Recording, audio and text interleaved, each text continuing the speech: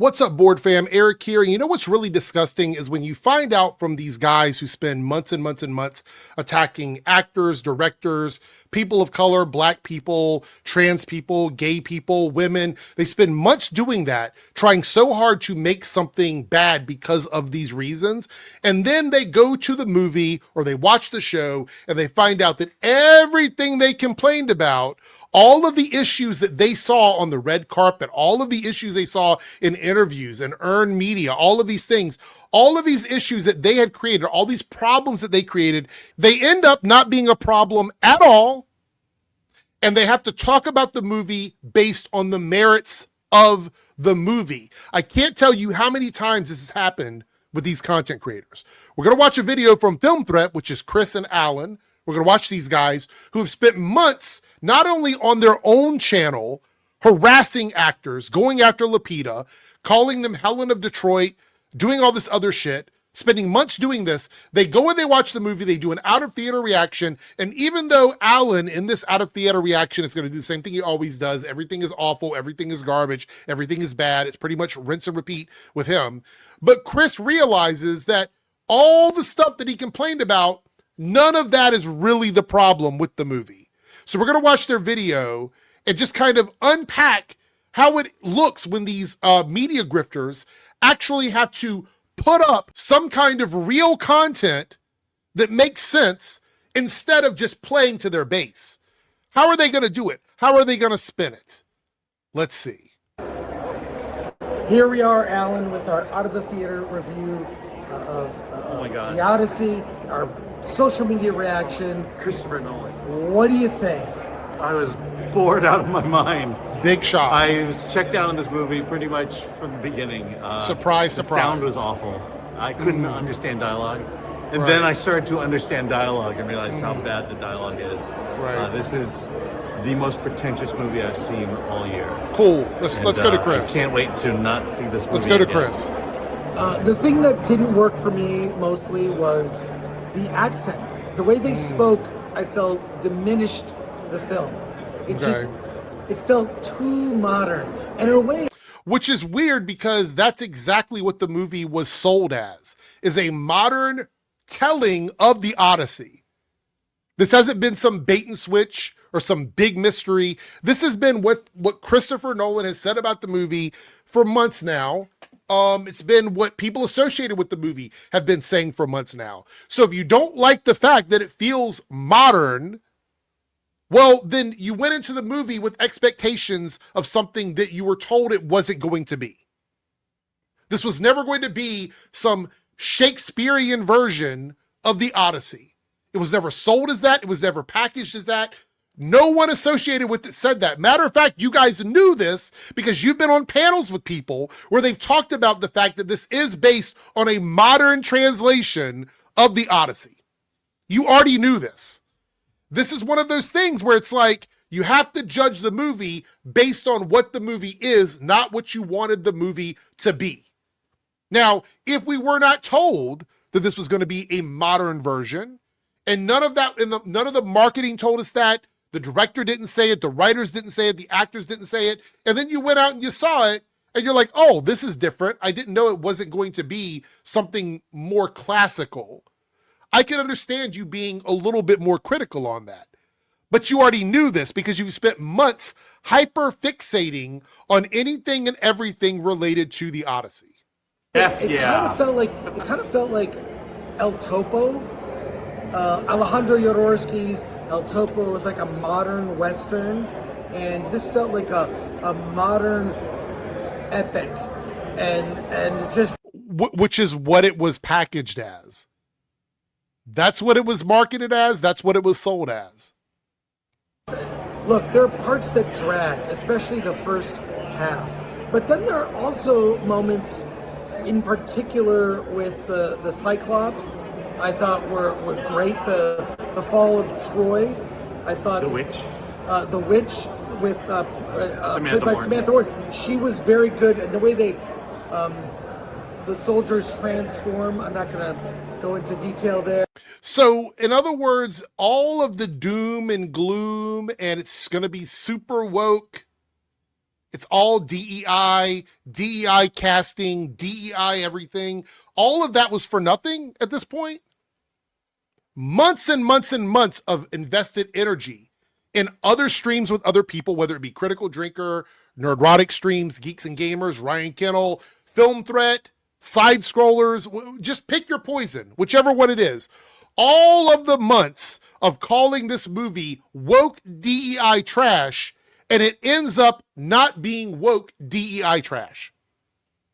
It's really funny to me that this is probably the 4th or 5th time in the last 6 months where I've seen these guys do this, go see it, and then have to change their opinion of it based on that reason. I want to make it very clear, this isn't Chris Gore walking anything back. Not totally. And Alan's going to pretend he doesn't like it anyway because Alan doesn't like anything. He just doesn't like anything. It's more shocking to me when Alan likes something than when he doesn't like it, because that's his default setting. But let's see what he has to say if he ever gets to the woke DEI casting that's going to ruin the movie. Keep in mind, they attacked Lupita for months. Absolutely disgustingly racist to Lupita. Helen of Detroit. The face that steals 1,000 ships, all of the awful things that she said about her. They harassed her for months and saying she was going to ruin the movie because she was a black woman playing the role of a white person. But not complaining about the Greekness of these characters, just the skin color. What does he got to say about that? I thought that was very clever, but for the most part, I'm still marinating on it. It's not a disaster. I'll say the controversial castings, not a big deal. It's not that big a deal because of screen time. Right. It's not a big deal because of screen time. That's incredible. Well, it's good to know that all of the fucking months that you spent making the most racist and hateful content you could about Lupita and Travis, making the anti-trans content that you guys were involved with, whether it be with Critical Drinker or the other people that did this, everyone that went out and did this. And I'm seeing people on social media right now going, oh, they're only in the movie for maybe 5-10 minutes. It's not really a big deal. It doesn't have much to do with the story, which, by the way, if you check my receipts, I have said most likely based on the roles that they were playing in the movie, there wasn't going to be a ton of screen time. And that all of this complaining about Lupita ruining the movie, which, by the way, was bullshit anyway, because Lupita is a fantastic actress. So thinking she's going to go in and not do a good job is fucking insanity. It's fucking insanity, which is what made it so racist from the beginning of all of this. But you spent months and months and months, not exclusively you as in Chris Gore and Alan. They played a part in it. They're not innocent in this. But these guys, this portion of YouTube, this media grifter fucking flop watching community, spent months being fucking racist and hateful to Lupita, only to find out that, oh, she's not really in the movie that much. But the damage is done. The material harm is done, and she had to deal with all of that shit. And then also we had Travis, who didn't get as much hate as Lupita, but still got hate. And I can't wait for you guys to hear the complaints about Travis Scott in this video, because it's so fucking pathetic. It's so pathetic, and it's so try hard, and it's so narrative driven that it's crazy to me that they even mention it in this video. Which, by the way, this video for them has done really well, right? The video's done really well. The video's got 309,000 views in one day. Probably one of the best videos they've ever made in the history of Film Threat, at least in recent times. So they got a little traction off of this, which, by the way, I don't know why, because there's nothing really enlightening that these guys are saying, especially Alan, who's not really adding anything to it. But there's nothing enlightening they're really saying. But the fact that they're admitting that the movie isn't woke, the movie isn't DEI the movie, they're not saying anything like that. At least the opinions they're giving about like the movie dragging and not liking certain elements of it, at least those are subjective opinions about the fucking movie that they watched. At least they went and saw it, and they're giving honest opinions, I believe, about the stuff they didn't like in the movie. Which, by the way, if that's what these channels were doing all the time, I wouldn't be making videos about them, because there's no reason. You go and you see the movie and then you give your opinion about the movie. As long as you're not a dickhead, a jackass, a racist, or any of those things, I don't have anything to say to you about it. And then Alan in the back, the fucking audacity of Alan to sit in the back and say it's not really a big deal. You were one of the biggest perpetrators on Film Threat of making racist, hateful comments about not just Lupita, but any actor in general involved in any of these properties when it comes to them being black. Quite literally one of the worst people. So that's insanity to me.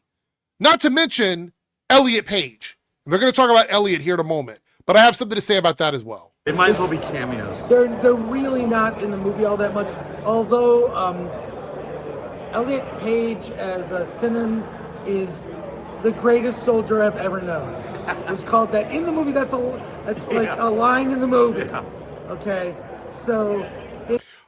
So Elliot Page. Let's talk about Elliot for a moment. Elliot, the trans person, the trans man, who got harassed for months about being Achilles. Remember all the videos about Elliot Page playing Achilles, and they can't believe that. They can't believe that Elliot's playing Achilles. Why the fuck would Elliot, a trans man, play a cisgender made-up character from the story? Why? That doesn't make any sense to these guys. They don't understand it. And they spent months and months and months harassing Elliot over this. And it comes down to it that Elliot isn't even playing Achilles. And they're still making jokes about Elliot in the movie. Because there's no way Elliot could be the best soldier. Because Elliot's a trans person. That doesn't make sense to them. That's funny. That's hilarious. It's them trying to come up with something to complain about because they realize that all of the sky is falling, the doom and gloom. They put these actors in this movie to get awards. None of this narrative makes sense now because they saw the movie and guess what? The movie isn't what they said it was going to be. So now they're having to fucking come up with other reasons to complain about the film that don't make sense. That doesn't make sense. Why is that funny to you? Why is that a joke? Is it impossible for a trans man to be a great soldier? I don't know. I don't understand the humor of that. Doesn't make a lot of sense to me. But in the mind of people that are doing narrative-driven content and bigoted content for money, I guess it does make sense. Maybe it plays really well with their audience. But it's really shocking to me they're trying very hard here, very hard to make something out of nothing. It's one of those things where you see a Nolan film the first time, you're like, why do you do this and that? And then the second time you see it, maybe it bothers you less. It's not going to happen. I don't know. We'll see. I'm seeing it the second time on Thursday. Here's my big thing. That was Matt Damon on screen. That was Anne Hathaway on screen. That was Tom Holland on screen. There was no characterization, no effort to say, I'm playing this character. I'm seeing Matt Damon, Anne Hathaway, and everyone. Well, it's kind of funny because one of the issues that would cause that is having people that are not attached to the story being able to embody those characters. So when I was saying months ago, there's no complaints about any of these actors not being Greek. It wasn't just because I'm like trying to play devil's advocate or do a gotcha because of the whole Lupita thing or whatever. Yeah, might have been a little bit in there of that. I was still right. I was still right about it. Is when you're making a movie based on mythology from a specific community, you're always going to get the best possible work when it comes from people in that community. So if you would have argued that you wanted more Greek people in the Odyssey back then, I would have never made videos about it because guess what? You're right. They probably should have had more Greek people in this film. They probably should have.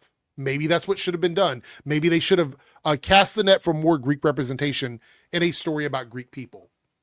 Awesome. I would be on board with that and I wouldn't have a problem with it. But here you are now going, I wonder why these people who are not ethnically involved with the community that this story came from, I wonder why they're having such a hard time connecting to the source material, why it is that they're not embodying these characters the way you want them to. But to also put a little side note on that, the movie wasn't supposed to be a retelling of the story in a way that I guess feels so ethnically connected to Greek people because it is a modern version and they never hid that from any of us. So there's that. But again, maybe more Greek representation would have made it feel a little more authentic. And if that was the argument you're making, I'd be totally down for it. But you're not making that argument, because then you would have to admit that all the other bullshit you said prior to the movie coming out meant absolutely nothing. And it just doesn't feel part of the period. They're telling a mythological story out of time based on stories and making it modern. So it wasn't exactly them trying to make a historically accurate mythology film. That wasn't what Christopher Nolan was doing. He never promised that. Colors were muted. It felt very muted. It should have been grand and colorful, and it wasn't that. And I thought the music, it's not the best for a Nolan film. Usually, which is weird, because every other person that I've watched on here that I respect, as far as like reviewers and stuff, or influencers, whatever you want to call it, that I've watched talk about this, have said that they think the music is one of the best parts of the movie. So it's kind of weird that he would say the opposite. But I think there's a reason why, and I'll get to it here in a second. the score carries the movie a lot. This one didn't. A lot of drumming. The Travis Scott song over credits. Oh yeah, I can't wait to see it at the Academy Awards this year. Oh, so the song over the credits ruined the movie for you. Got it. I can't remember the last time I went to a fucking movie and I sat in the credits and I go, the movie was a banger. I really enjoyed that movie. Couple criticisms, but solid movie. But this song over the credits, can't do it, fam. Can't do it. It's not working for me. The thing is, they don't want to admit that the music was good in the movie, because then they would have to admit they were wrong about Travis Scott being a part of the sound production and the score and all these other things that Christopher Nolan wanted to do. And they can't commit to that. They still have to retain some of their dumb shit, flop watching, opinions that they had going into this movie. So when this kind of stuff happens, when stuff like this is said and it's like, oh, the song over the credits, totally bad. When you start to mention stuff like that, it feels very try hard to me. And it feels very desperate. And it just tells me that you're still trying to play to the base that watches your channel in a way that feels absolutely disingenuous. You're only saying it because you know that you have to retain a little bit of street cred with the people that watch your content. And that's why you're doing it. So I don't take any of that seriously at all. I think it's just you complaining about something that you can easily complain about that doesn't really have much to do with the quality of the movie, like the song that plays over the credits of the movie. You won't. I will say this movie will probably win a lot of technical Oscars. Oh, okay. And it is guaranteed to win an Oscar for casting. And there's a reason for that. Oh, there's what is it? a lot I want to say that I can't. This is initial reaction. Oh. And my reaction is not a disaster, but mixed. And for Alan... Disaster, not mixed. Not a disaster, mixed. Okay, we'll talk more later this week. Right. So Alan says it's a disaster. I find it really hard to believe. Even the worst Christopher Nolan movies are never a disaster. So I feel like that's Alan once again doing what he does, playing up to the film threat, brain rot, outrage, flop watching audience that tune into their stuff for the worst possible content and the worst possible takes. I've debunked this narrative they have, this idiocy that they talk about. I've debunked it so many times. Chris Gore is at least trying to play somewhere in the middle with this and go, oh, it's not a disaster or whatever, but you've still contributed to a lot of the awful content that is associated with this movie for months now. Both of you have done that. And now to walk out of the movie and completely abandon some of the biggest negative talking points that you said about this film leading up to it is absolutely crazy to me. It's absolutely crazy. I had somebody in my comments, I think it was either yesterday's video or the video before, talking about, red carpet interviews, earned media, things like that, how it affects people going to see movies. And I said, okay, I'll bite. Give me examples, something substantial, something material that tells me that people don't go and support movies because of something that was said on the red carpet from an actor or a director or something like that. And then he goes, oh, well, look at Supergirl. Look at Supergirl. People didn't go and see Supergirl. And it's obviously because of the red carpet. And I'm like, oh, so it's a circular argument. You don't actually have any proof of that.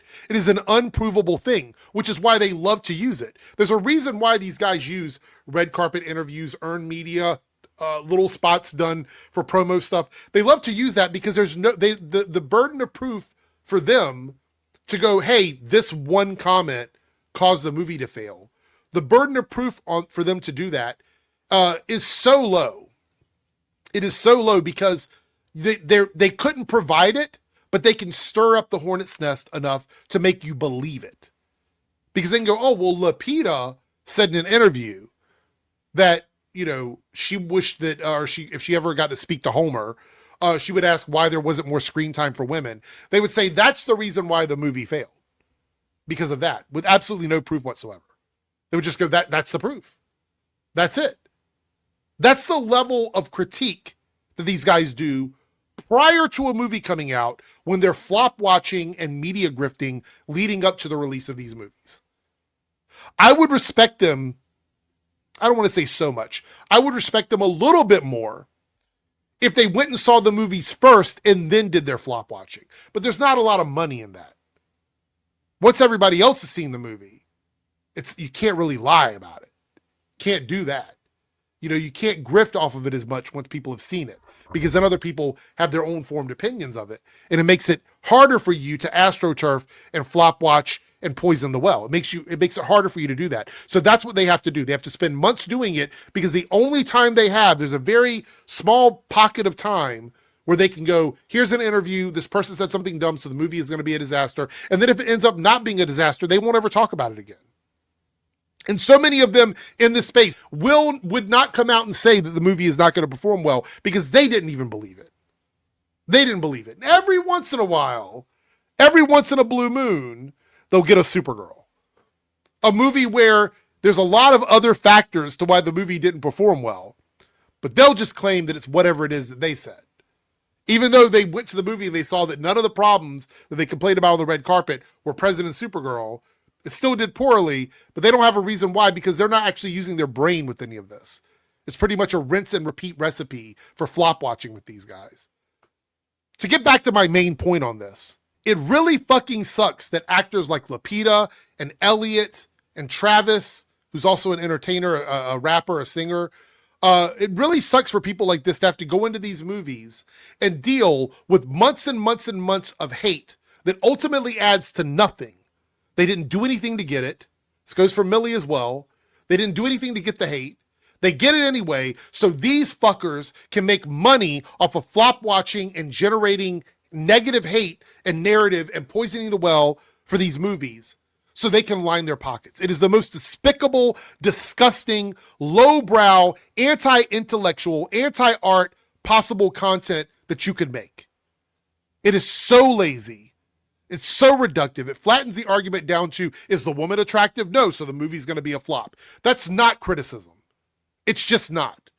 This is simply the worst possible content you can make. Fuck this content.